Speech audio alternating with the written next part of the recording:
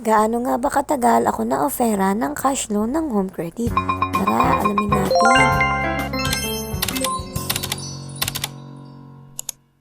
Alam nyo naman na si Home Credit ay hindi basta-basta nag-o-offer ng cash loan. Kailangan nyo muna umutang ng product loan para magkaroon tayo ng record sa kanila. So ito na nga, ito yung mga naging product loan ko sa Home Credit. Unang-unang kong loan is itong laundry washer or yung washing machine, pero ito automatic siya. Inutang ko to between 2002 at 2003. Good payer ako dito, hindi ako nagpapalit payment. Kasi nga dito meron akong last free gift. Tapos hindi ko pa natatapos tong washing. Mga 2 months na lang bago matapos is umutang na kami agad ng TV. Which is again, good payer kami dito at hindi ako nagpapadelay kahit isang araw. Kasi nga may last free gift din ito. Pero napansin ko, kalagitnaan, between 3 to 6 months, is lumabas na sa akin yung kwarta. Nung na-offeran ako is ginamit ko siya, pero hindi ko agad lahat inubos. Tapos patuloy pa rin ako sa pagbabayad ditong TV. At ayun, bigla na lang din lumabas sa akin yung cash loan. Kung hindi ako nagkakamali, ang unang offer sa akin ng cash loan ay 50 or 20k. So itong nakikita nyo ngayon na 125k, ay offer sa akin ngayon na cash loan. Tandaan nyo na kapag may offer na sa inyo ng cash loan,